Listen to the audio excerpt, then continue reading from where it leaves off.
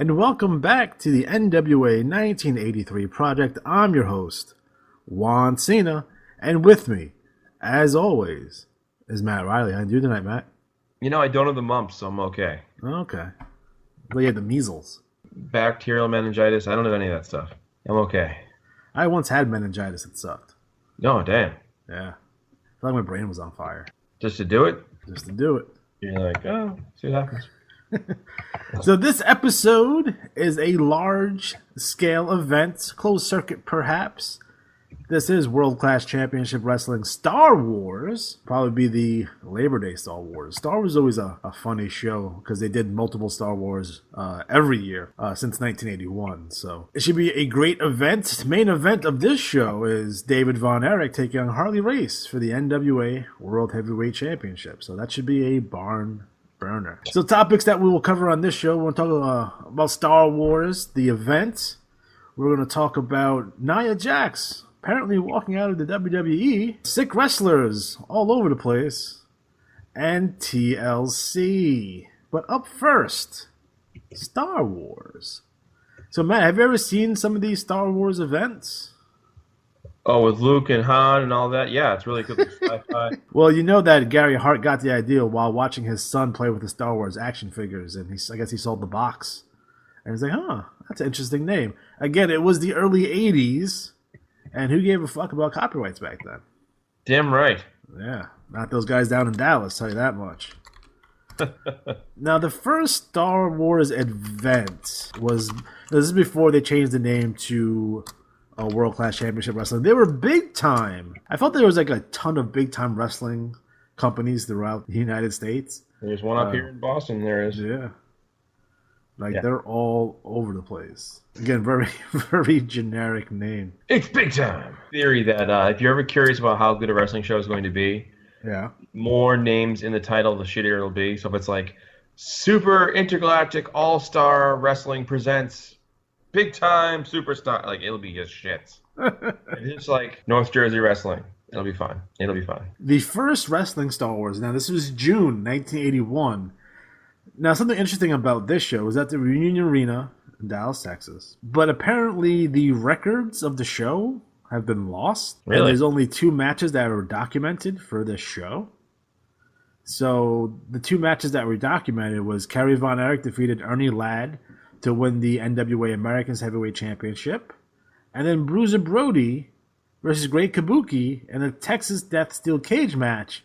And no one knows who won the match. What? Yeah. So, I guess the record keeping for Dallas wasn't that great in 1981, apparently. No. Yeah, I don't know how that even happens. That's ridiculous. Also, the next one they had was October 25th, 1981. Again, the records are not 100% clear on this show either. But matches on this show was Frank Dusek defeated Jesse Leon in a singles match. Terry Orndorff defeated Richard Blood, which I don't think it's either Paul Orndorff or Ricky Steamboat. I'm pretty sure they were going by their respective gimmick names at the time, so I don't know who these guys are. Chang Sung defeated Big Daddy Bundy, which I think is King Kong Bundy. The Dumpling King? Not the Dumpling King. That's Daniel Tran. All right, close enough. We had Junkyard Dog defeated Armand Hussein. Ernie Ladd, the NWA Texas Brass Knuckles champion, defeated Jose Lothario, which should have been a hell of a match. David Von Erich defeated Killer Tim Brooks in a bunkhouse match. It only lasted 4 minutes and 10 seconds. Kerry Von Erich and Terry Orndorff defeated Great Kabuki and Chang Sung to win the NWA Americans Tag Team Championship. So a couple guys doing double duty on this show. Again, a staple for World Class Championship Wrestling. They gave no shits. Yes. And then Al Madrill defeated Bill Irwin via DQ. Now, Al Madrill is one of the most unheralded, underrated heels in the history of professional wrestling. Guys, do yourself a favor. Go watch some Portland wrestling. I know there's not a whole lot of it, but watch some Portland wrestling. And watch Fiesta Gardens with Al Madrill. It is the most hilarious thing I've ever seen in my entire life, quite possibly ever. Fiesta Gardens. That's his interview show. Oh boy. And he's such a fucking heel. And he's awesome. So I wish Al Madrill got more love. He definitely deserves it. Yeah, he was just overall just awesome. Our next Star Wars event was December 25th, 1981. This was Christmas Star Wars. So Darth Vader with a Santa hat? Yeah. I have a Star Wars Christmas sweater that I wear every year. All right. It looks like this one was co-promoted by the Universal Wrestling Association out of Mexico. So a lot more luchadors on this show. So you had El Negro Asino wrestled Richard Blood to a time limit draw. Tiny Tom defeated Little Tokyo. Those are midgets, folks, or dwarves, or little people, whatever you want to call them. You had Jose Lothario defeated Ernie Ladd to win the NWA Texas Brass Knuckles Championship. Blue Demon and Al Madril defeated Armand Hussein and Carlos Zapata. El Solario defeated Killer Tim Brooks. The Great Kabuki defeated Fritz Von Erich in a Texas death match. The Von Erich boys defeated Frank Dusek, Bill Irwin, and Tenji. And then in a 2-ring battle royal, Big Daddy Bundy defeated Al Madril, Armand Hussein, Bill Irwin, Blue Demon, Carlos Zapata, David Von Erich, Frank Dusek, Jose Lothario, Kerry Von Erich, Killer Tim Brooks, El Negro Asino, Richard Blood, and Tengu. So again, World Class Championship Wrestling not giving no shits. And we're just going to have everyone work 3 fucking times. We want to keep that roster small so you get, each of the boys get more of the house, more money from the house, right? Nope, that went right in the promoter's pocket. Our next Star Wars event was March 15th, 1982. This is from Fort Worth, Texas, at the Convention Center. And we had Tom Shaft defeated Carlos Zapata. Jose Lothario wrestled a time limit draw against Armand Hussein. Al Madril defeated Bill Irwin by disqualification. Bugsy McGraw defeated the Spoiler. The Spoiler, again, is someone else that doesn't get enough credit, I feel, in today's wrestling landscape. He was the guy who taught The Undertaker how to do the rope. Really? Yeah, he was freaking huge, too. I think he was like 6'10", 6'11". He was just ginormous. He's 6'4", but still ginormous. Bill Irwin defeated Frank Dusek. Fritz Von Erich defeated the Great Kabuki. And the Von Erich boys defeated Gary Hart and King Kong Bundy in a Texas Death Steel Cage match. Again, I wish there was footage of this, though, because I would love to see some of these matches, especially early Von Erich stuff. Obviously, we've seen tons of Von Erich stuff from like 82, 83, 84. But I'd like to see some of these other matches. They look fantastic. Next up, we have the August Star Wars. They had Jose Lothario, who defeated Frank Dusek. The Superfly. Not that Superfly, but the Kamala. Named the Superfly. Apparently, he must have been a pimp at the time. Maybe the forerunner to the Godfather. He beat Brian Diaz. Al Madril defeated Bill Irwin. Lola Gonzalez defeated La Pantera Serena. Bugsy McGraw defeated Gary Hart and Armand Hussein. The Von Erich boys defeated Kabuki and the Magic Dragon. Puff the Magic Dragon. Apparently. King Kong Bundy fought Harley Race to a double disqualification. This was a singles match for the NWA Americans Heavyweight Championship. Ric Flair defeated Kerry Von Erich. Best 2 out of 3 falls to retain the NWA World Heavyweight Championship. The next Star Wars event, this is the biggie, folks. This was Christmas Star Wars. Now, this is Star Wars from December 25th, 1982. This one you can see. It was aired on December 27th and December 28th, respectively. This is live from the Reunion Arena and beautiful Dallas, Texas. You have Brian Adidas defeated Frank Dusek. Lone Eagle defeated Little Tokyo. Jose Lothario and Al Madril defeated the Magic Dragon and the Checkmate. David Von Erich, who was the Texas Heavyweight Champion, defeated Bill Irwin. David Von Erich and the Fabulous Freebirds defeated Tom Steele, Mike, and Ben Sharp. Kevin Von Erich defeated King Kong Bundy by disqualification. Ric Flair. Rick, did Al Madril give you a lot more? No, he didn't give me nothing. If I did 2 more minutes, just 2 more minutes, he'd have been mine. All I needed was 2 more minutes. This is propaganda from the state of Texas. You didn't expect this from him, did you? You didn't expect what? I'm not even sweating. Oh. He didn't only sweat on me. No. He had you on a sleep hold. He had you practicing. He didn't have me no way. He had me no way. Let me tell you something, Shorty. You, nobody else, tried to insult the world champion. This is not a throw ringer. I come to shut your mouth, Skinny. I'm in no mood to talk. Hey, I'll give him credit for being a punk. If I'd had 2 more minutes, he'd have been mine. It's part of the propaganda that runs through Texas. If I come here to wrestle on TV, I expect a nobody. And who do they give me? Al Madrill. They know what's going on. They're trying to beat me, trying to embarrass me. It's not gonna happen. The next time I get Madrill in the ring, he's gonna find out what it is to bleed and sweat and pay the price of a wrestling lifetime. Rick, I'm sure that you're aware of the injury that placed Kerry Von Erich in an Oklahoma hospital. What's your response to that? Well, I heard the rumor yesterday that Von Erich had been hurt, that Great Kabuki, managed by Gary Hart, had caused Von Erich to enter a hospital in Oklahoma, have surgery on a knee, something that's going to lay him up for 5 or 6 weeks. And my response to that is, I'm tragic. I'm sorry to hear about it. But I'm an athlete that knows and is aware of the dangers and the risks in professional wrestling. And I say, if you're not tough enough to be in this sport, then stay home. Now, it's been reported, Rick, that you placed a $10,000 bounty on all of the Von Erichs, and with Kerry Von Erich specifically targeted in that bounty. How do you respond to that charge? Well, I don't know who reported that to you, but that's ridiculous. I'm a very wealthy man, and $10,000 wouldn't be anything to me. If I wanted it done, I'd have it done.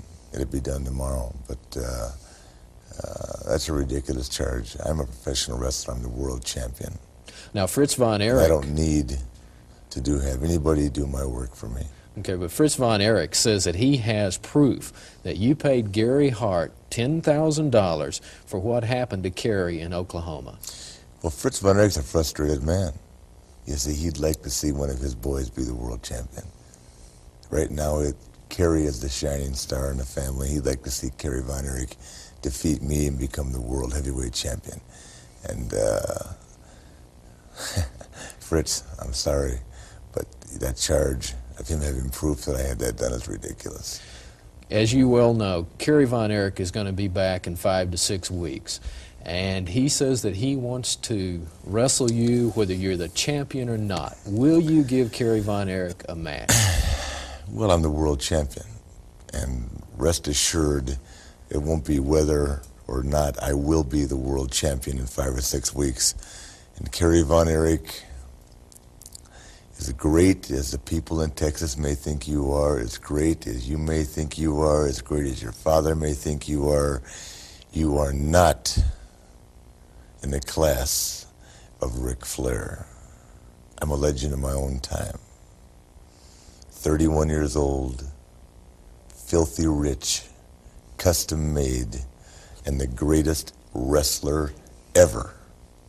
Not of modern times, but of all time. If you want me in the ring, punk, and I'm hoping you'll have an opportunity to see this interview, you get a contract, you get it signed, you give me a little incentive, and I'll be there. Hallelujah. Fritz Von Erich has wanted to confront Ric Flair, the World Heavyweight Champion, with this bounty situation, the bounty that Flair paid to have Kerry hurt. So we have them in separate studios. Let's go right now to them. Fritz, can you hear me? Can you hear me okay? I can hear you just fine, Bill. Good to see you today. And I want to move over now to Ric Flair. Can you hear me okay, Rick? I can hear you, bro. Let's remember one thing. I'm a busy man. My time's worth a lot of money. If you got something to say, let's get it over with. All right, let's move right into this then. Ric Flair, now based on the evidence of the check presented to the NWA and the fact that there is going to be a rematch, another heavyweight championship bout with you and Kerry, are you ready today to admit the bounty, to admit that you asked for the bounty to get Kerry hurt? Let's get one thing straight.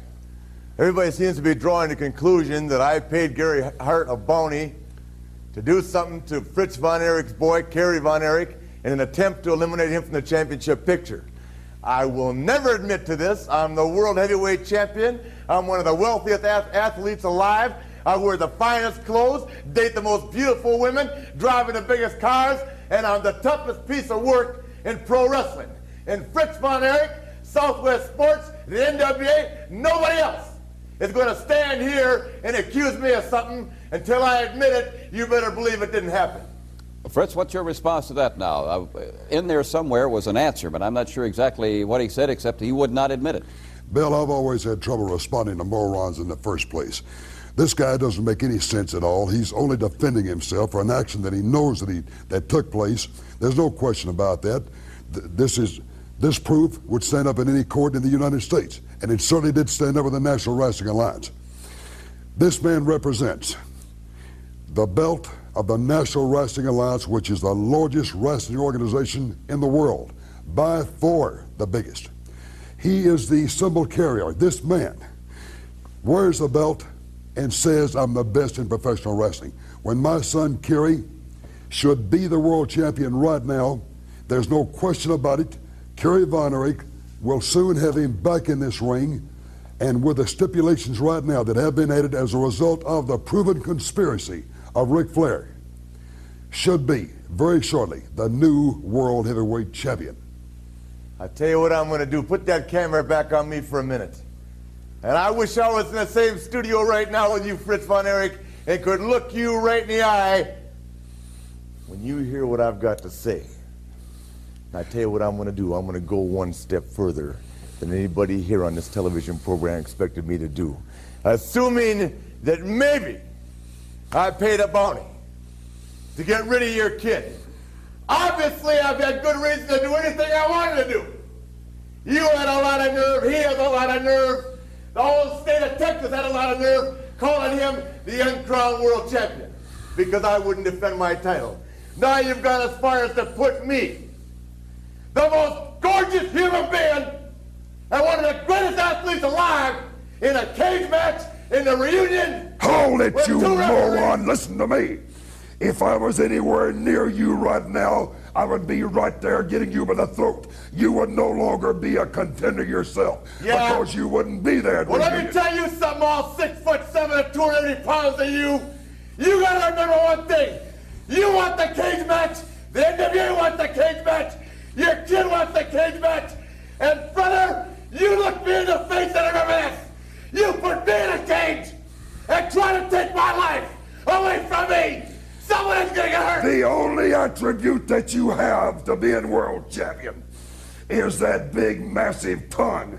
That tongue won't be a factor in that ring. Partner, you can leave that in the dressing room. It'll be two physical bodies in that ring. Only one is coming out the champion. And I'm going to end this asinine thing right here and now. My son, Kerry, will be the next world heavyweight champion. So enjoy it while you can. And let me end this, my side of it one way by saying this. I don't mind bleeding, and I don't mind sweating, and I don't mind paying the price to be where I am. And Von Erich, I'm talking to you, Kerry, and I'm talking to you, Fritz. You wanted the match. Now you accept the consequences, because this is going to stay mine for a long, long time. Woo! Cut that camera. That's enough of that. And Ric Flair defeated Kerry Von Erich in a no disqualification steel cage match to retain the NWA World Heavyweight Championship. Now, Matt, do you remember what happened in that match? Kevin Von Erich? Kerry Von Erich. Kerry Von Erich. No Ric DQ. Flair, Kerry Von Erich steel cage. I do not recall. It's one of the most famous angles of all time. That's when they had Michael P.S. Hayes as the referee. That was the match where Gordy slammed the door into Kerry's head. That sparked the Von Erich and Freebird's feud. Okay. And in the final match, I wouldn't call this the main event. Ken Mantell defeated the Spoiler, Checkmate, Frank Dusek, Ben Sharp, Tom Steele, King Kong Bundy, Wild Bill Owen, Mike Sharp, Bugsy McGraw, Ivo Joe, Jose Lothario, David Von Erich, Baron Diaz, and Magic Dragon on a $10,000 on a pole match. So the next Star Wars was the Independence Day or 4th of July Star Wars. This was 1983. Michael P.S. Hayes pinned Iceman King Parsons in a lights out match. Bruzy Brody and Kamala went to a double DQ. David Von Erich beat Jimmy Garvin to win the held up World Class Texas title. The Von Erich boys beat the Freebirds. It was a 2 out of 3 fall match. And you see, like, that card only had 4 matches on it. Wow. Yeah, weird, huh? Next Star Wars was Labor Day Star Wars. Is 1983. We had Chris Adams defeated Mr. Ebony. Kerry Von Erich pinned Michael P.S.A. in a country whipping match, where you have to whip your opponents with a whip, not with a belt. David Von Erich defeated Terry Gordy in a 2 out of 3 fall match and retained the World Class Texas Championship. Kevin Von Erich beat the America's champion Jimmy Garvin via DQ. Bruiser Brody beat Kamala in a lumberjack match. Johnny Mantell beat the Mongol. The World Class 6-man champions, the Freebirds, beat Kerry, Kevin, and David Von Erich. Iceman King Parsons defeated Buddy Roberts. Like, how many times did Von Erich wrestle on the show? I know, really. Like, they had all singles matches and a 6-man match. It's ridiculous. They drew 11,000 people, though. Christmas Star Wars at 83. Missing Link defeated Johnny Mantell. Iceman King Parsons and Brian Diaz defeated the Super Destroyers to win the World Class America's Tag Team Championship. Kerry Von Erich beat Kamala. Mike Reed pinged the Mongol. David Von Erich beat Ric Flair by DQ. Jose Lothario pinned Black Gordman. Kevin and Mike Von Erich what are you doing? You taking dick pics? Yeah, sorry. No. Kevin and Mike Von Erich beat Terry Gordy and Buddy Roberts in a no DQ loser leaves town match. So that's the end. Gordy and Roberts. And Jimmy Garvin pinned Chris Adams to win the World Class America's title. Independence Day Star Wars 84. Killer Khan beat Mike Reed. Scott Irwin and the Missing Link beat Jose Lothario and Rock and Roll Buck Zumov, who apparently is in prison for doing all kinds of nefarious deeds. Yeah, whoopsie. Yeah. Remember he just come up with a boombox? It was ridiculous. World Class America's Champion Gino Hernandez beat Jules Strongbow.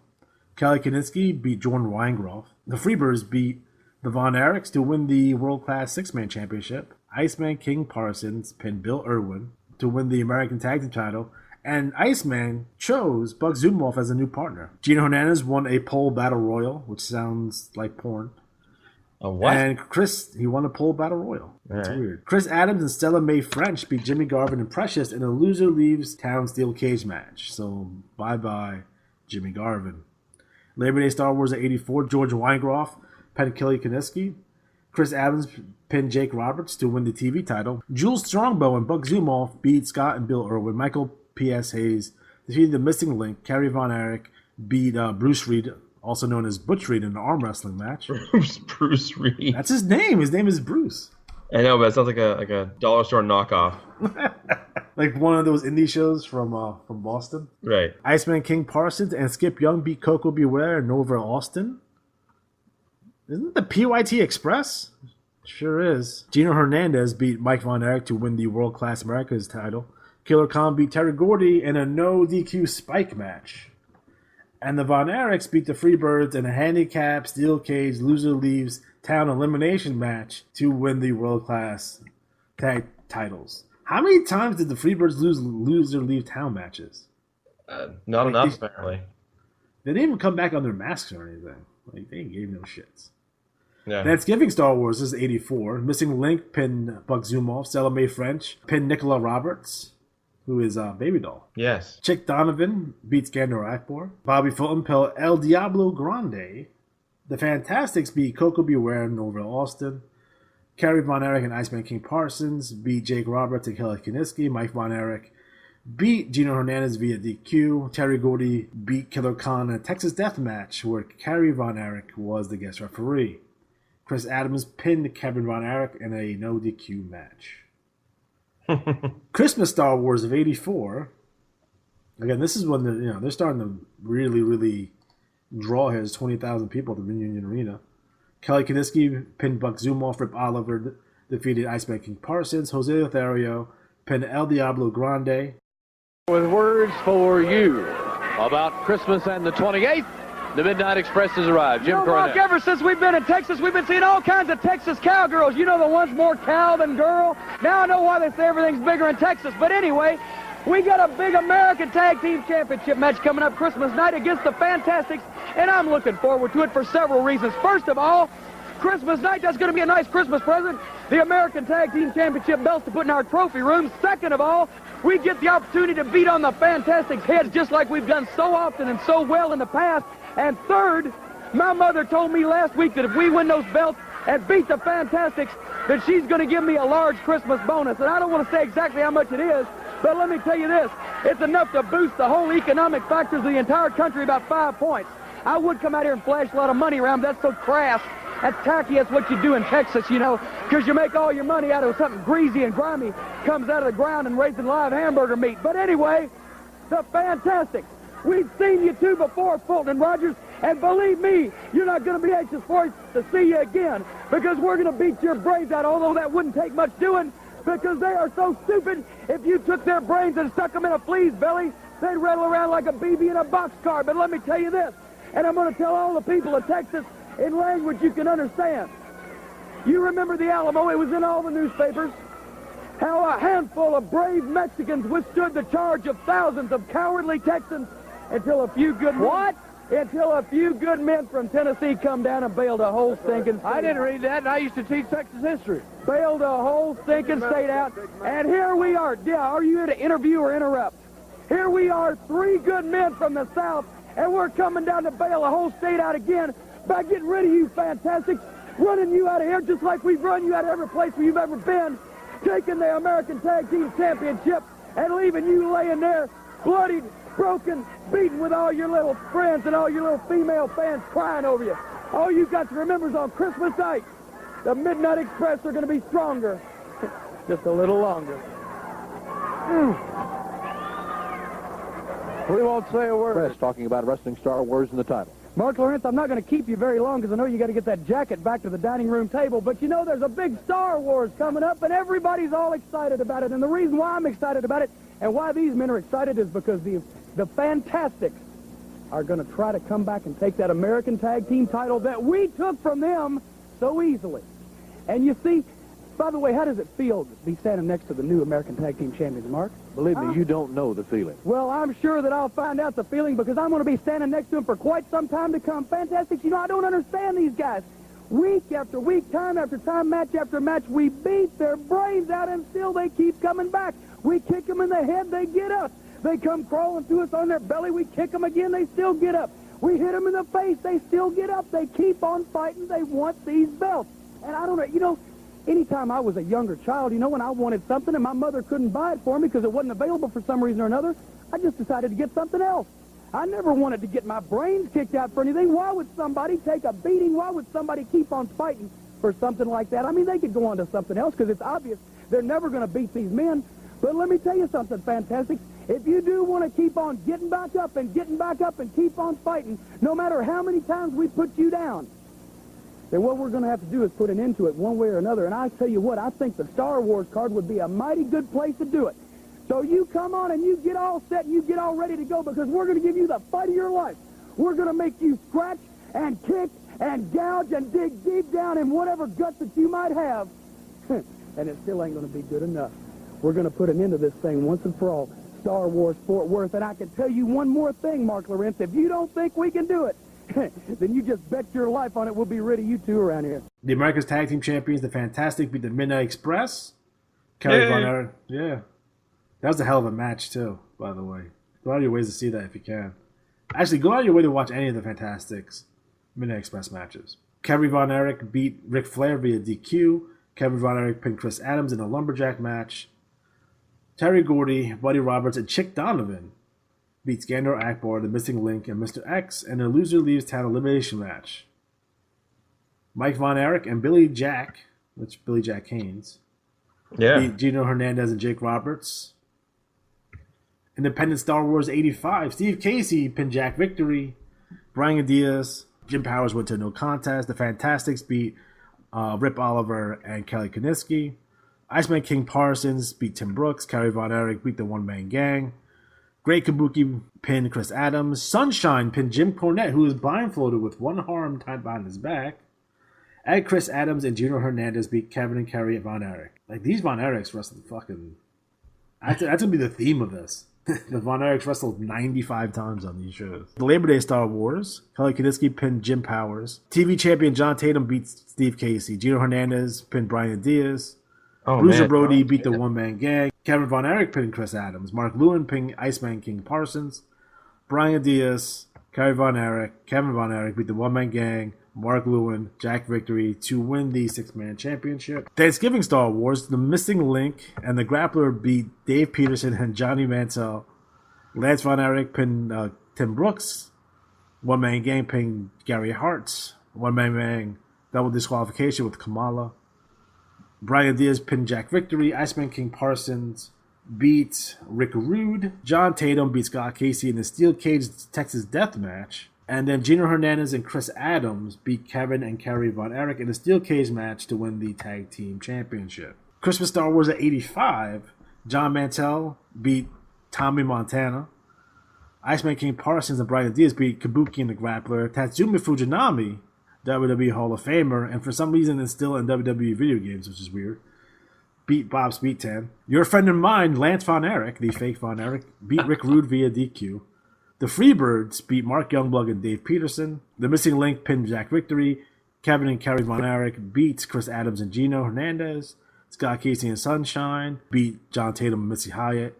Antonio Inoki beat Dr. Death Steve Williams, which is a hell of a match. Bruiser Brody beat One Man Gang in a chain match, and Kevin, and Lance beat the Freebirds via pinfall. They really fucking got the most mileage out of that Von Erich Freebird thing. They sure did. We're about 4 years running on that. Independent Star Wars at 86, Mark Youngblood pinned Jerry Allen. The Grapplers beat Brad and Bart Batten, your favorite tag team, the Batten Twins. Oh, yeah. Buzz Sawyer pinned Brian Diaz to win the Texas title. Abdul the Butcher pinned the Great Kabuki to win the Brass Knucks Championship. Sunshine beat the Raven. Steve Simpson pinned Tim Brooks. Bruiser Brody and Abby went to a double DQ. Chris Adams pinned Rick Rude to win the World Class Championship Wrestling title.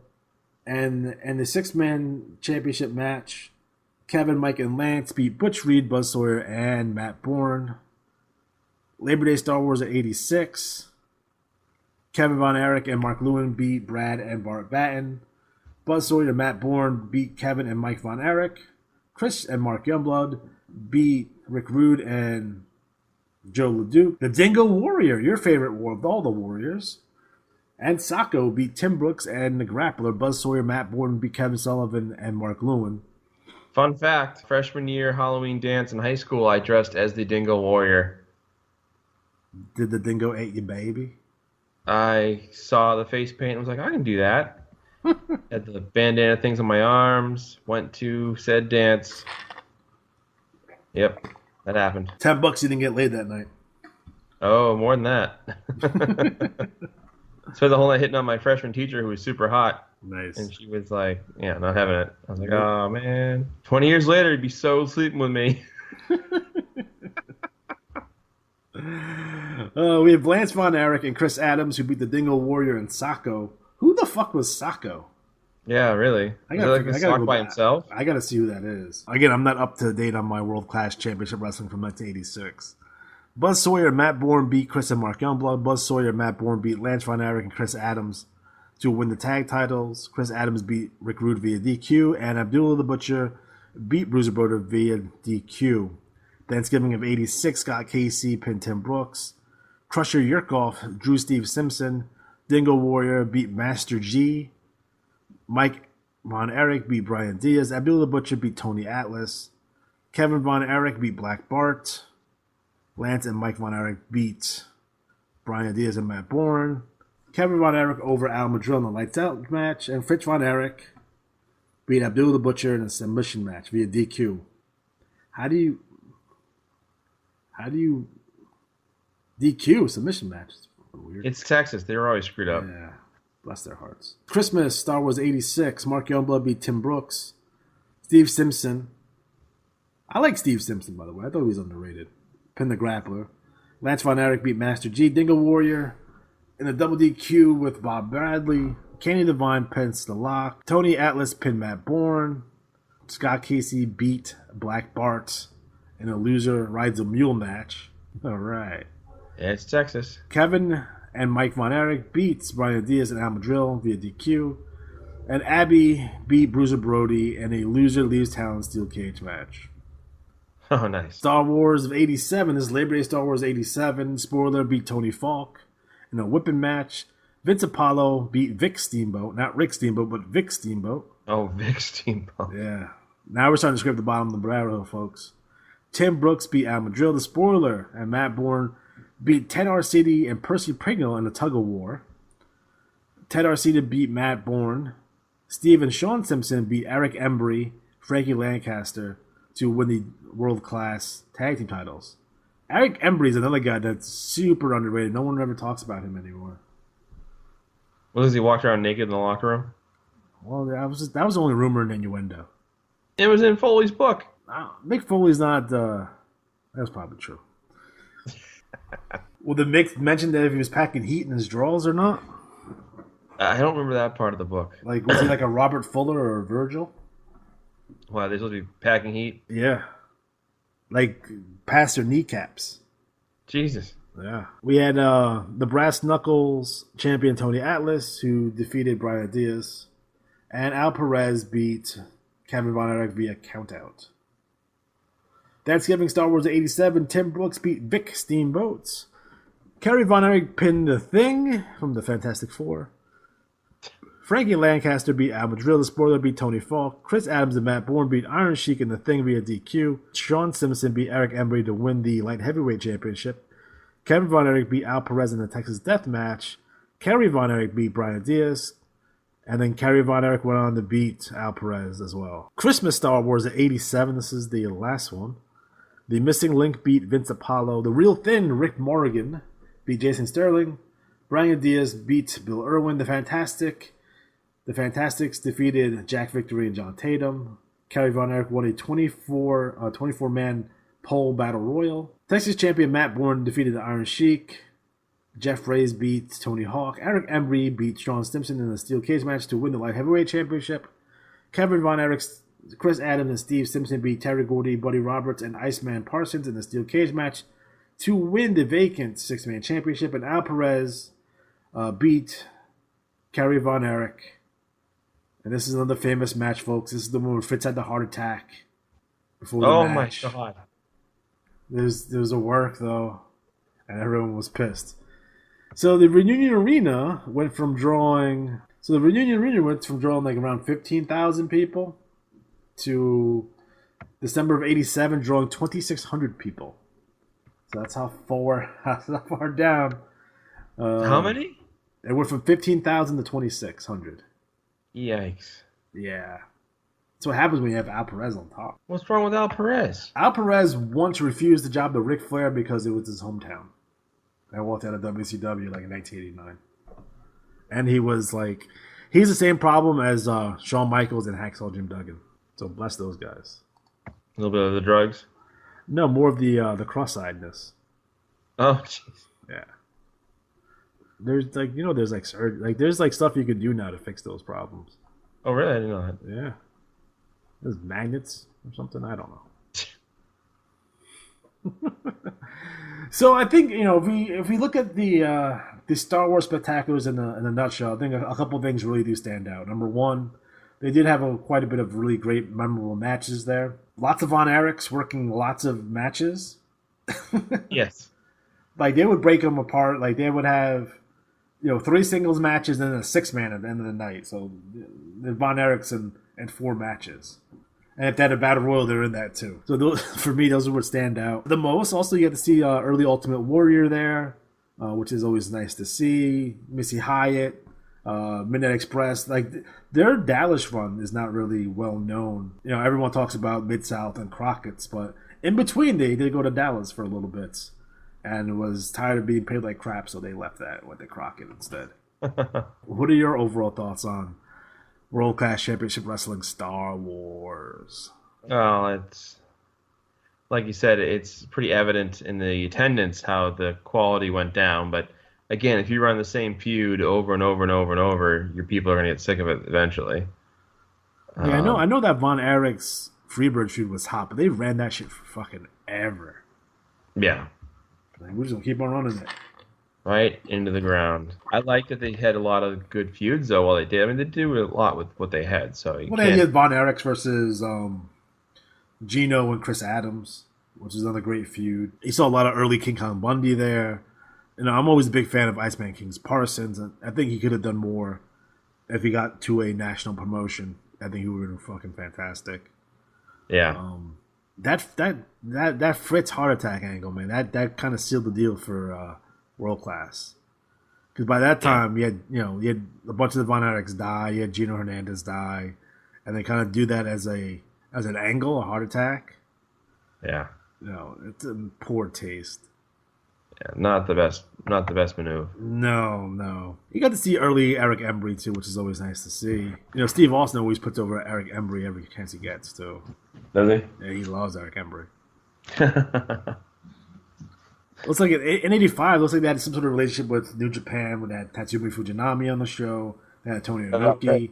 I would really like to see that Inoki Steve Williams match. I wonder if I can find that anywhere. Don't know how many. I mean, there's a bunch of them that are taped. I'm not really sure on which ones were taped and which ones weren't. Yeah. Later on in World Class runs, I don't think they're doing closed circuit events like that anyway. But it's one of the staple events in professional wrestling. It deserves its respect. Among the pantheon with your WrestleManias and your Starrcades and your Super Sundays, Tango and Tampa, those kinds of shows from the '80s that really kind of staple at the time. All right, so now we're going to pass it to our modern wrestling correspondent, Luke Martin, as we discuss WWE TLC. And I'm here with our modern wrestling correspondent, Luke Martin, and we're going to talk some TLC, and that was the latest WWE pay-per-view. So, Luke, how's it going? It is going. Right down the fucking toilet. Yeah, well, yeah. In Australia, the fucking toilet goes the other way? I've heard that, but I haven't been there, so I don't know. I don't think. When you're in Japan, did you ever see any of those places where you just shit in a hole in the floor? Yes. Yes, you did. I knew it. Did you shit in the floor? I did not. They're in public restrooms in Japan. And they also have the day things. Yeah. Those are weird. I'm just telling you this, that shitting in a hole in the floor, 6 stars. I never wanted to because that's a gamble. It's a gamble. Because if you do it and you miss or you get a little bit of something, you're not, you're done. That's your night. That is it. So, is it a deep hole? I mean, the whole deal is you're squatting. Yeah. And you just, I'm saying there's a lot that could go wrong with that. I have a bad knee, man. I can't do that shit. You don't want to. It's not a chance. All right. So up first, we have our pre-show match. Again, I do not understand why they're pre-show matches. They're supposed to be on free for all or on free TV to kind of entice people to purchase the pay-per-view. Apparently, the only reason doing pre-show matches is because they can screw people on royalties for DVDs. So there you go.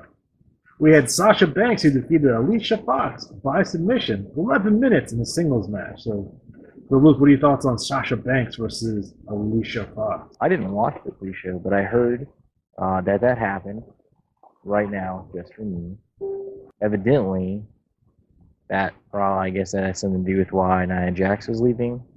Yeah, so there's some rumor and innuendos that she walked out because she was doing a job cleaning with Sasha.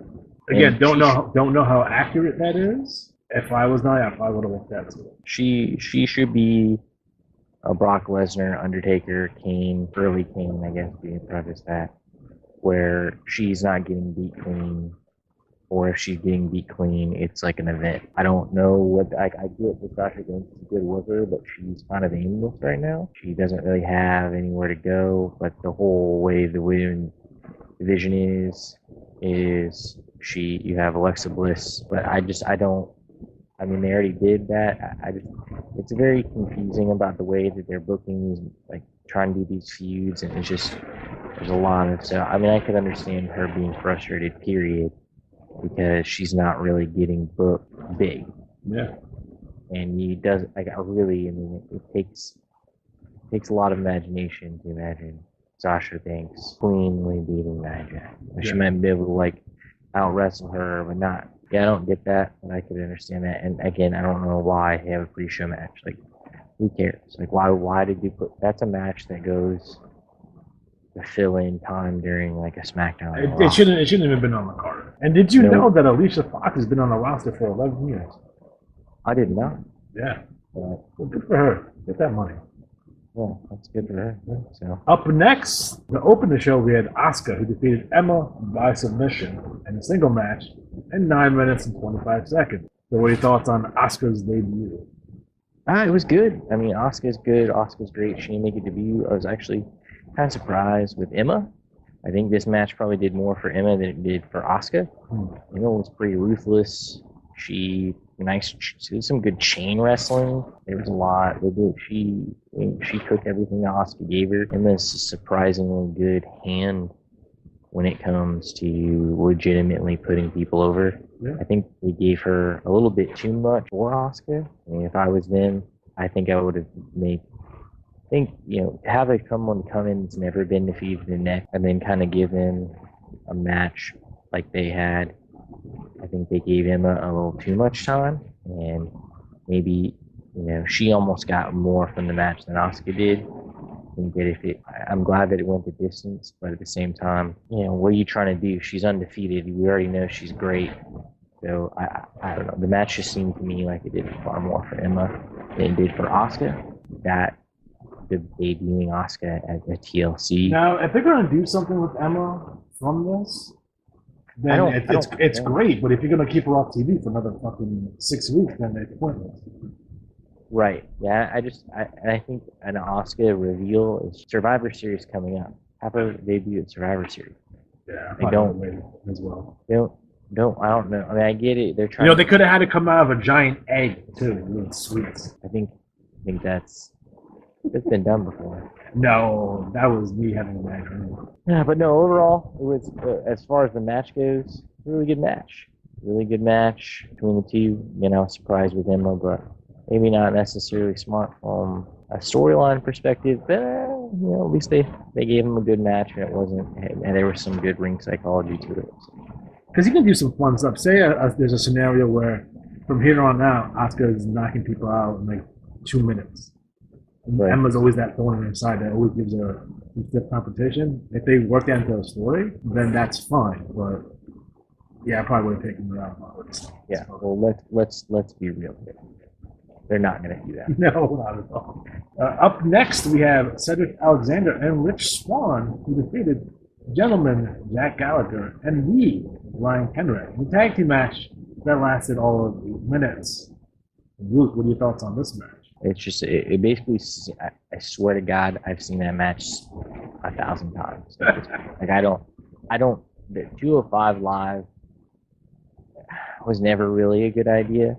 You take these guys off the main roster, no one's going to specifically watch just cruiser. Like, I don't want to watch cruiserweight wrestling. I want to watch wrestling. If somebody that's a cruiserweight, or they have a cruiserweight title, that's great, but I don't need a whole separate show just for the cruiserweights, and I don't think that there's enough energy involved, and it just doesn't make any sense. Why? Yeah, it's like 205 Live, but you're gonna bill AJ Styles as 218, so can't these guys gain like 10 pounds and then just put on the main roster? That would be exciting. Or you have guys where now, I don't know. Since there's no like that, the credibility. There's a lot of talent, but when you losing Neville and Austin Aries, there's really not a lot of credibility because who do I care about? The champion. The fact that Enzo Amore was the champion, that pretty much puts the nail in the coffin. Like, no one's bringing that back. No one's going to bring prestige. And it's not like they were able to sign like Zack Sabre Jr. or Bushi or Ricochet or any of the top level cruiserweights. So. Right. Well, and why if I'm a Ricochet, would I not want to be where Finn Balor's at? He's coming in January. Well, I'm just saying. And he needs to go. He's not going to 205. If they put him 205 Live, it's not worth for him to come. So, if you can put Finn Balor on the main roster, put Neville on the main roster, he'll be there. He'll be there for the Royal Rumble. He should. Next up, we have Alexa Bliss, who defeated Mickie James in a single match for the WWE Raw Women's Championship that won 11-25. I'm afraid to say it. And I've been saying it for the past 16 months. What do you talk about this? It's a good, it's a match, a solid match. It wasn't anything exciting. Kind of the premise behind it was, I guess they didn't get along, and Alexa Bliss called her old or something. I don't know. That's the problem. Like, the way they book the women sometimes is kind of stupid. Because if you have like a men's match, the whole men's match, whole feud isn't going to be designed off because somebody called somebody old. Yeah. So why they would do that for the females, I don't know. Plus, it just doesn't feel like it feels like Alexa Bliss has pretty much gone through everybody that she can go through. Right. And Nia Jax is really where they were trying to go, and I don't know what's going to happen with that. But that needs to happen. That would be somebody that I think that would be really good feud, and I think that would really make Alexa Bliss. I think we've talked about that. Give her that mountain to climb. Have Nia Jax beat her. Have Nia Jax beat the shit out of her, take her title, and then have to work her way back up at, I don't know, a little thing called WrestleMania. And then just let her do that, and that would be great. That would be cool. It would be like, that's a good, but they're not going to do that. So, It's going to hot potato. It feels like they have a bone to pick with Mickie James because, I don't know if you guys remember this, before she left, they were doing the whole Piggy James. They were calling her fat. Now they're calling her old. So I just wonder if John Cena's still mad at her. I believe they were dating. Good looking man. I'm not going to lie and say, hey, if I was a female persuasion, I wouldn't be all over that. But I'm not. What are you going to do about that? Nothing. Next up, you have your favorite, Enzo Amore, who defeated Kalisto. And this is to win the WWE Cruiserweight Championship at 8:45. How much do you hate Enzo Amore? I don't hate Enzo Amore. I don't. Do you dislike him as much as I dislike Sheamus? No, I don't hate I call Enzo Sheamus shitness. I like Sheamus, all right? I don't know why you have this hatred for Sheamus. I don't dislike Enzo Amore. I just don't. He's make him Bobby Heenan or something. Like, just get him somewhere, do something, run his mouth. Now, Heenan is like a different level, but at least you see what I'm saying? Like, he can take bumps, and he was a wrestler, but he's better on the mic than he is in the ring. But why do you hotshot him to 205 Live to try to get a bump in ratings, and then just keep throwing the belt? Like, what? Like, what did you do for Kalisto? He kind of won the title out of nowhere too. It was like, I like guys winning championships that have to go through a process, much like, remember, like Bret Hart had to win a tag team belt, and then he won an Intercontinental Championship, and then he won the world title. The same thing with like Shawn Michaels and Steve Austin, right? I like guys going through progression, not kind of like, oh, I'm the Cruiserweight champion. No, it's a stupid match. It's stupid booking. I don't get it. Thought that was going to save, like, the title is done. As soon as Neville left, that's his put away. It's just over. And it wasn't even the fact that Neville was really good. It was the fact that he and Austin Aries had something, and then Austin Aries kind of saw the writing on the wall. It's like, screw this, I'm leaving. Yeah. And then they brought in Enzo Amore. Like, also, from what I understand, the guys who are in the Cruiserweight division make like NXT money instead of making main roster money. I would just put the belt on Drew Gulak. He's the best thing in that division right now. Yeah, and that's the thing too. Is why are they not using these new guys? Like, I can see why you put maybe Kalisto in there, but I mean, why Enzo Amore? Like, there are plenty of other guys that you can try to make. It's just the fact that they have no way to make stars. They need to keep recycling guys to that division because they're not on TV enough and nobody sees them enough to get them over. I don't understand the logic behind it. So you think it would be worthwhile to send, say, an AJ Styles over to 205 for 6 months, see if they can jumpstart the division? I mean, he's probably going to go undefeated, win the belt. He's going to have these super awesome matches. You think that's going to move the needle at all? No. Just move everybody to the main roster and let them have super awesome matches on the main roster. I mean, there's no reason to have a 205 Live and there's a reason to have a Cruiserweight title, but even WCW, they were still on the main roster. Yeah. And why do you need to? I mean, I get that they already have enough people on the main roster, but if you really want to do a Cruiserweight division, putting them only on the network and having them run their matches in between matches on Raw. When I was at the live taping for Raw, they ran a bunch of 205 Live matches. No one's invested in them because no one gets into that, to the angles. And yeah, Next is only on the WWE network, but the people that are watching Next, they're like smart marks or whatever. So you're not, with 205 Live, I don't care enough to watch that. I mean, I don't want to, like, you're not doing anything. And then, the way that they're getting people over, putting them on TV or whatever, it's just, I don't know. I don't understand the whole idea behind that. I think it was not very well thought out. They really wasted a lot of talent. So next up we have Finn Balor taking on AJ Styles in a single match that went 18 minutes 20 seconds. Now AJ is replacing Bray Wyatt because he has meningitis now. And then Roman Reigns. And Roman Reigns. So what are your thoughts on Balor versus Styles? Before the match even started, the logo was awesome. Like everybody was into it. The match was amazing. I mean, because of the people that were in it. And this is a match with no build-up. Like they didn't even put it in. Like they talked more about Kurt Angle coming back than the match that everybody wanted to see. That could have been the main. That's what really makes me question who's making the decisions in WWE. Because you have people like on the edge of their seat excited for this match that has no build-up. They just said Taylor stop and people meet. That's the only reason that I can't remember the last time I was really excited to go and see or watch a WWE match, like on a pay-per-view. Like this is going to be awesome, and it was good. It was a great match. The psychology, they did a lot. It wasn't a spot fest, and it almost was like they didn't know how to call the match. They were wrestling, and it was very different style than what they're used to seeing. And I think that whoever's in charge of making decisions, WWE just does not. Like they just do not get it, because those type of guys like that, put those people together and let them do these things at big events. That's a WrestleMania caliber match. You throw a title in there and build up a feud, people will buy pay-per-views, buy the network. People that don't normally watch WWE, the people that are too cool for school, they'll tune in to watch that match. Because it's amazing.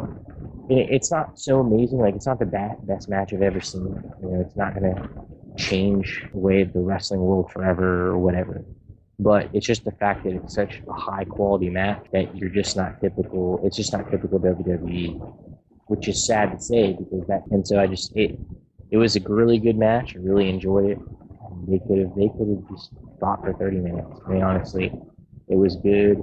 There was, and you could tell it was they called everything in there. And so they're literally putting together, a good match on the fly because, Styles flew overnight basically from South America to get there, goes in the ring, and then they have easily the match of the night, and they're just calling it all in the ring. So I just hopefully somebody was paying attention and they kind of understand what we already knew, that those are the guys that we want to see. And you can put Seth Rollins and you can put the top guys. Like there's not a problem with the top. They have the guys, they have the talent. They're just not putting them together and letting them do that. Their roster is stacked. Yeah, it's completely stacked. So there should be no issues in giving those dream matches, great matches that hit on the house. AJ Styles is the best wrestler in the world for the last 11 years. That's just reality. And Finn Balor is not too far behind him. Good stuff all around. Next up, we have Jason Jordan, who defeated Elias. Now, I'm a big Elias Hansen fan myself. I think he could be a big star someday if they book him correctly. So, what are your thoughts? So they had these vignettes throughout the show where Elias would come out and piss people off. And so, I'd seen him live. He wasn't really getting much when he was here in Nashville, but he's starting to get heat. And it's kind of hard to tell if it's like good heat or like hot heat, but it's heat nonetheless. So he's generating heat. So that's something that people don't like.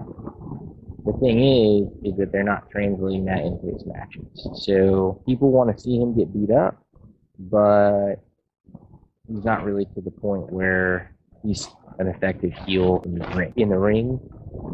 It really makes me excited that his promos and the character he has, but it's kind of, I don't know how he knows how to play the guitar. I have some serious questions about that, but it's basically like that shtick that The Rock did, where he was a heel and he would come into town and make fun of the town. He basically that's his whole character. And so, modern day honky tonk. Yeah, he doesn't, I don't know, he doesn't have that in the match.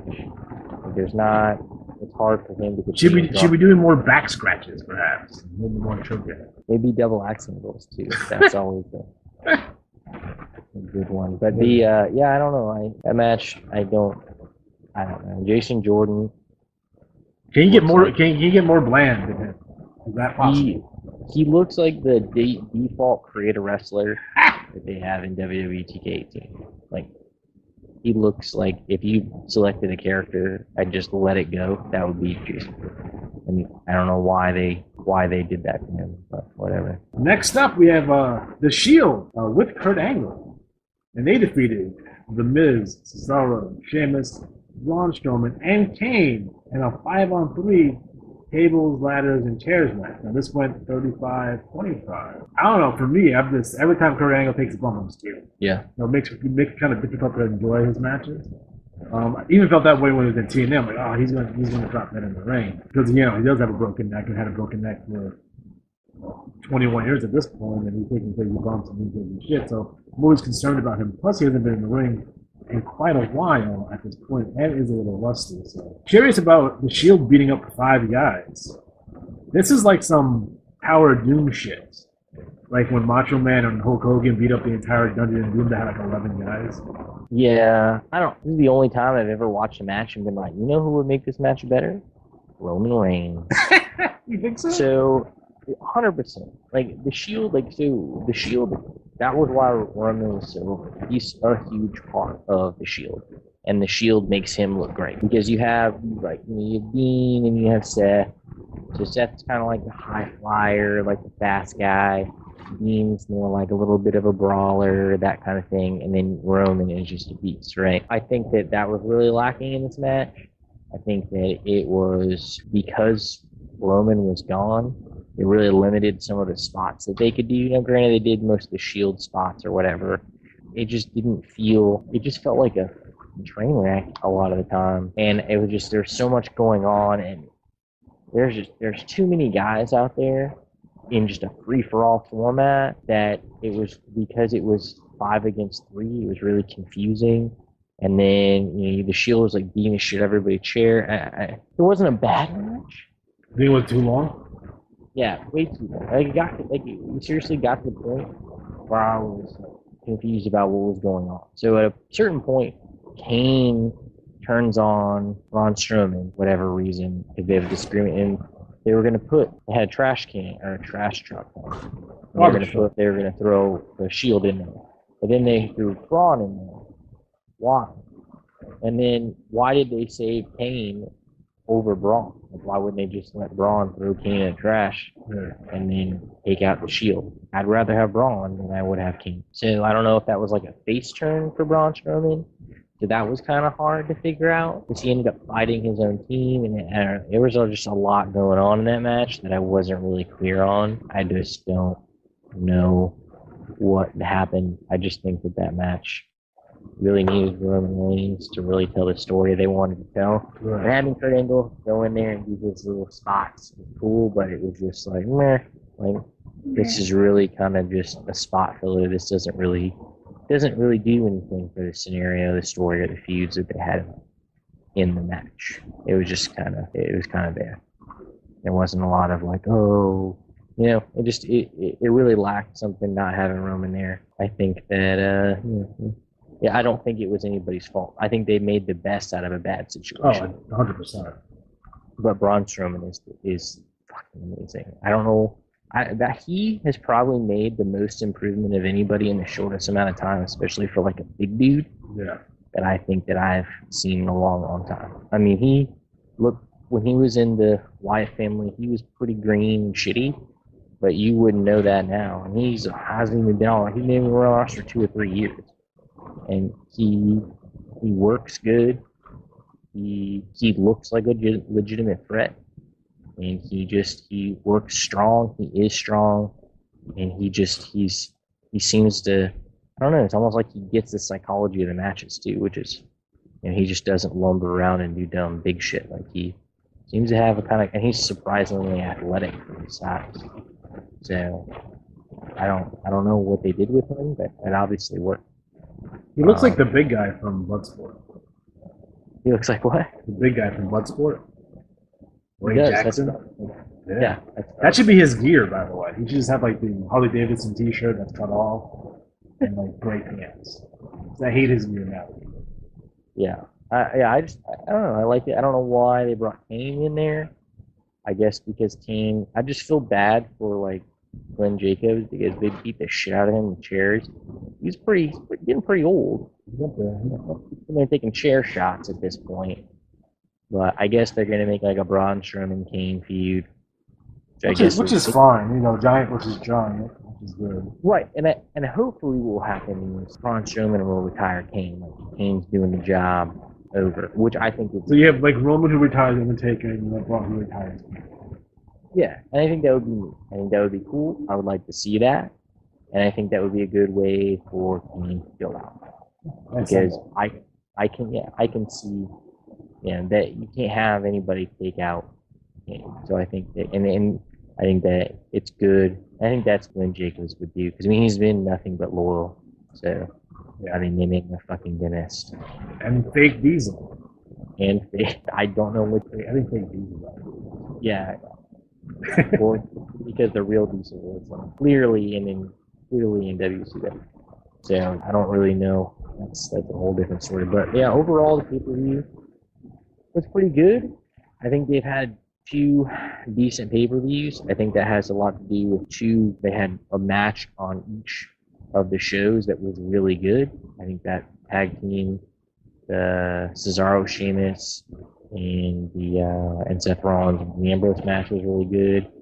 I think the match that they had recently, the cage match from the New Day and the Usos was good. And I think that obviously the AJ Styles. If we took all the good matches off of each of these cards and just mixed them together, you would have one hell of a pay-per-view. Right, and that's just what I don't. I think they just, I don't know. I don't know if they do that on purpose, but the sad thing is none of those matches except the tag matches, I guess just the tag matches, had like title implications. Yeah. But I just, I just want to see someone beat Jinder Mahal, and not because I want to see him get beat. I just think he's awful at, he just needs to lose the belt. Because he can still do his heel thing. He's an effective heel. I just don't think he needs the belt. And I don't even know who's the Universal Champion. Brock Lesnar? That's right. Oh, that's right. So, I don't know if that's some thing that he wants, but I just don't understand. He doesn't need a title. He's the Undertaker at this point. He doesn't need a title. He is Brock Lesnar, and he just is him. And he doesn't. So overall, I think this was a fun show. There was nothing completely offensive on the show, which is good. And hopefully we take this momentum into Survivor Series. Good at all, but they got a couple of weeks to kind of get that all in order. So we'll see how it goes there. So once again, Luke, thank you so much for reporting on modern wrestling for us. I do appreciate that. Hey, no problem. Thank you. All right, we're back. So again, in a nutshell, TLC. There were wrestlers out with an illness. I think what they did to kind of give the fans what they wanted in that Finn Balor AJ Styles match, and then having Kurt Angle return was really cool. I think it really kind of made the pay-per-view. Again, they had this fantastic Finn Balor AJ Styles match with no build. Right. And the fans were at the edge of their seats. So it's good to see. It's hey, we'll put 2 good workers that they do have a following, and they're 2 baby faces as well. And they're going to let them, tear the house down, and they did. So, Matt, I don't know how much you actually got to see of TLC. What are your thoughts? Very little, but I do think breaking the glass on Angle was a good thing to do. I get why they did it, build up or not. I don't know if this means he's going to come back more often or just every so often or whatever, but I do think that there are times when you need to, step up your, response because of an emergency, and they did that. The whole AJ Finn thing, I think, would have more, the smart fans knew about it, but to the average fan who doesn't know, they don't know the history. Oh, all right, they're fighting each other. Not realizing they used to be the leaders of the Bullet Club. Yeah. Again, I think from a casual fan's perspective, I think it's still a dream match. These guys have been pretty far away from each other, and they've both been putting on really good matches. AJ Styles has been the MVP of 2017 as it is. He's having great matches with everyone. Finn, with the injury last year and coming back and kind of, he got beat by Kane the next day at Night on Raw. So God knows what they're doing with him in the future. Yeah. Did get us out of that Sister Abigail thing, though. But I think overall, it was a fun show. Again, nothing offensive on this show. Nothing universe breaking. And they're kind of now on their way to build up for Survivor Series, which looks like on paper being one of the worst shows of all time. So, yeah, can't wait for that. That should be good. Ooh. Yeah, but you know what? I often find some of the worst shows are the shows you have the least amount of hype for.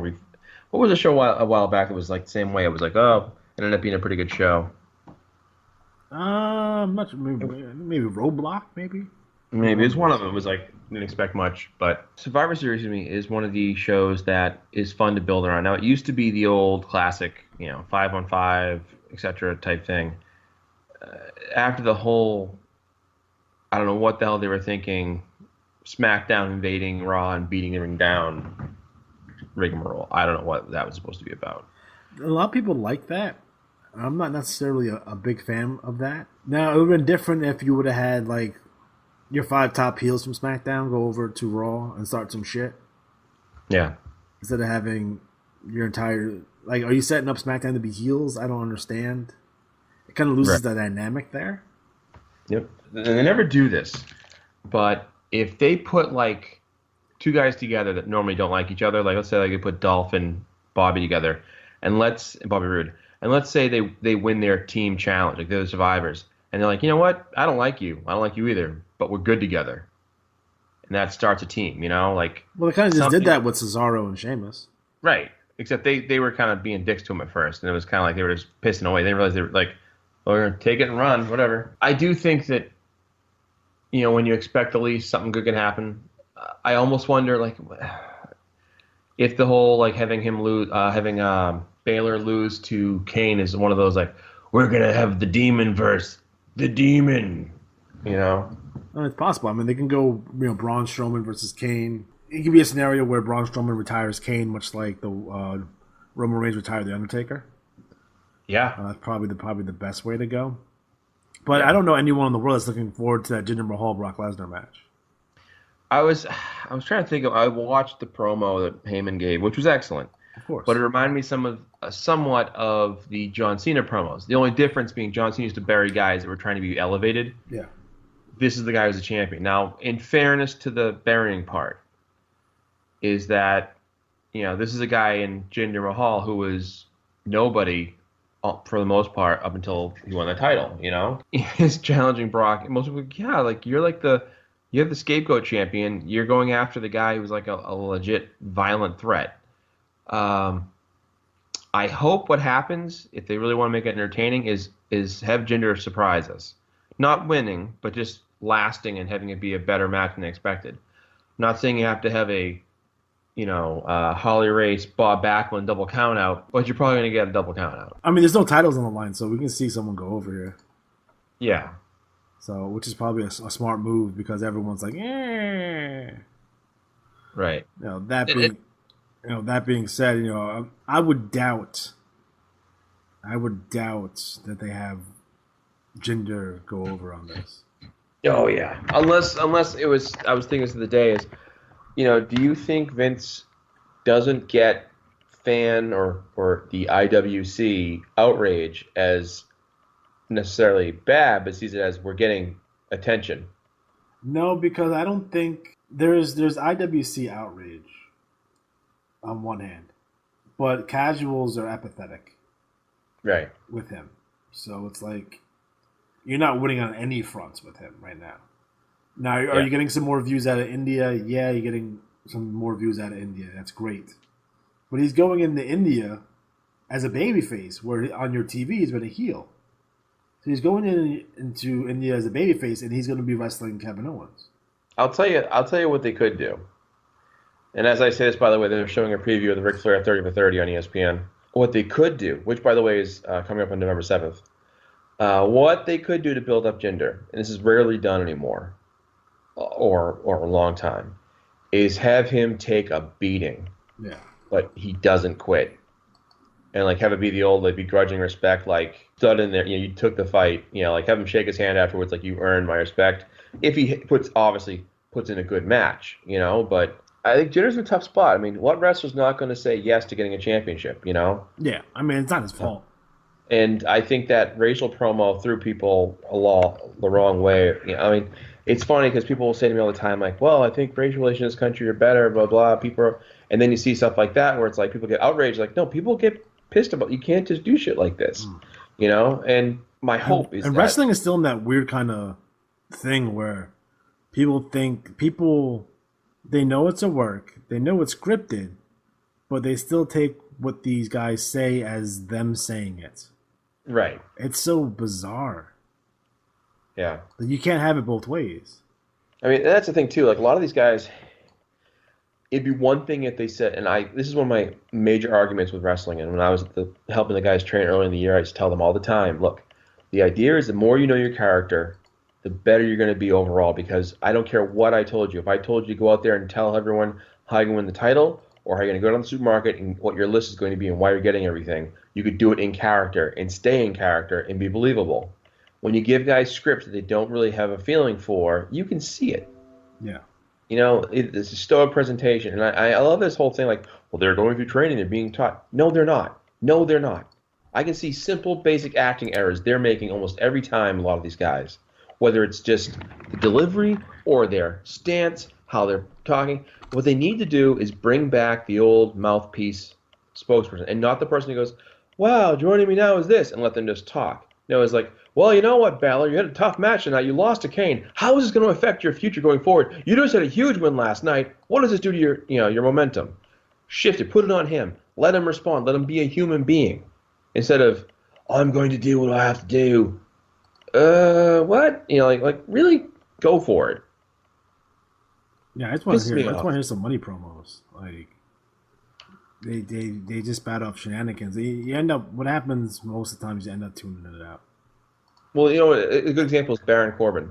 Baron Corbin's promos, I swear someone's watching too many like 80s action movies because he puts these corny lines in there, and he's about one more promo away from being a full joke where people just know it's going to be a corny promo. Yeah.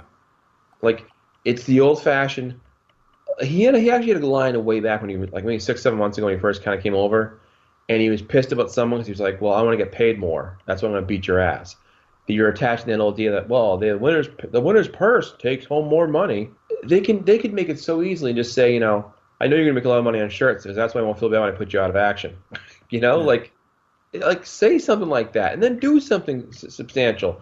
And again, I think they don't do enough of built-in time off, whether it's an injury or have him lose a 30-day, you can't wrestle, you know, like you're off the air for 30 days. Like that's, you know, something you can do. Yeah.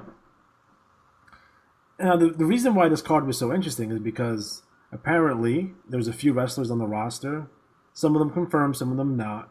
They got some viral meningitis, which I don't even know how you particularly get that. It was really, really interesting that it was Bray Wyatt, Bo Dallas, JoJo, and Roman Reigns, which seems like a weird pair. Like if they're going to affect each other, that's a weird kind of group to affect each other. So I'm going to be monitoring that situation closely. What's the common denominator? We'll see. We'll see about that. So I'm not going to make any assumptions, but makes you think. In addition, recently we're getting rumors that Nia Jax had walked out prior to the pay-per-view for not. And essentially, the reports that I'm seeing is that she didn't want to put over Sasha Banks on the pre-show clean. That was the instructions she was given, and she was like, "Nope, I'm just going to go home." Now, there's been conflicting reports on that. We'll see how it goes. But that would be the second wrestler in the last couple of weeks who essentially is like, you guys are not really doing right by me, I'm going home kind of attitude. Which is, you know, there's a lot of different positions on this. A lot of people are saying, well, you're getting paid to do a job, do your job. Shut up, right? There's another piece of the puzzle here is like, if you're not happy with what you're doing and they're going to make you look ridiculous, then leave. So it depends on what side you fall on the spectrum here. Now, there's been plenty of wrestlers who's walked out. Now, this is not in modern wrestling, it's not a common occurrence. But back in the day, that shit used to happen all the time. How many times did Bruiser Brody walk out on people? Stan Hansen. Steve Austin didn't want to put over Brock Lesnar. He walked out. Yeah. So again, when it comes to old school wrestling, it's a fairly common occurrence. In modern wrestling, contracts being what they are right now, and non-compete clauses and all that kind of good stuff. We'll see if there's more people that end up leaving the WWE at this point, because a lot of those NXT guys, a lot of those 205 guys are not making it. They're not making any money. Mm-hmm. I mean, that's documented. Also, when you work a pre-show, you don't get royalties for the pay-per-view. So that's why they have a pre-show now. Because why have a pre-show on a show that's on the network? Does it make any sense?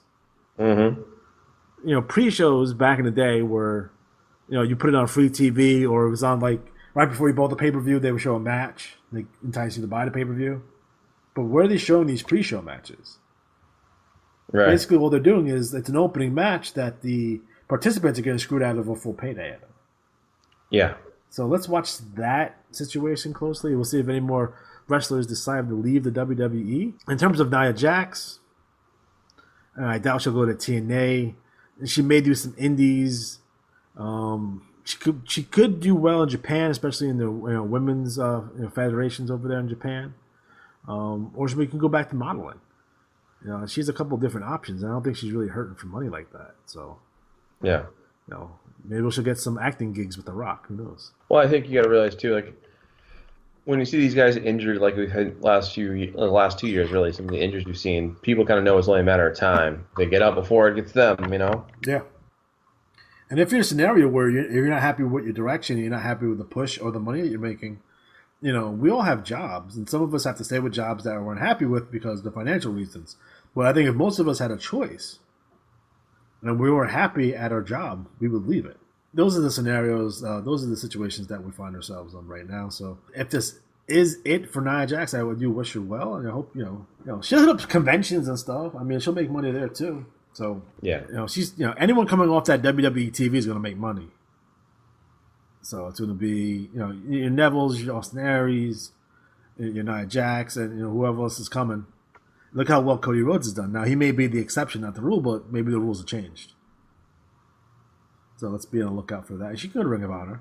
All right, guys, so we are officially out of time. Now, as a show notes, we are no longer doing TV shows. We're not doing the best from around the NWA. You guys have seen all the TVs, so it's going to be closed circuit events, big pay-per-views from here on out until the end of the year, until we get to 1984. So next up we'll be live from the Mid-South Coliseum. Main event of that show will be Jerry the King Lawler taking on Harley Race for the NWA World Heavyweight Championships. So be on the lookout for that in about a week or so. So for